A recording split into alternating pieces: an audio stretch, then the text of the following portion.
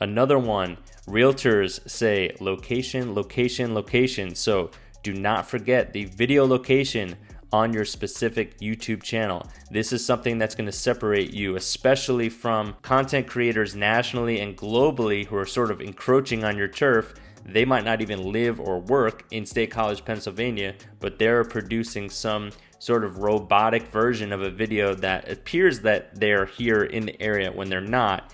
You get to authenticate through Google that you are actually here, put a video location in your video, and that's just going to continue to help garner your authenticity and your credibility here on YouTube and make sure that these videos continue to show up when people are looking for this content.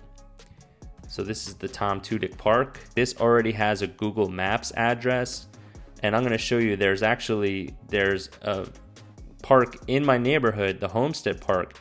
This actually does not have a Google address listed in Google. So that's an opportunity for my YouTube channel to be the only actual authenticated, Homestead Park piece of content that lives within the Google ecosystem, if you will. So as you go through this exercise, you're going to see many of these opportunities where you're able to produce content that really kind of answers questions and delivers a value for your target buyers. This is just one example.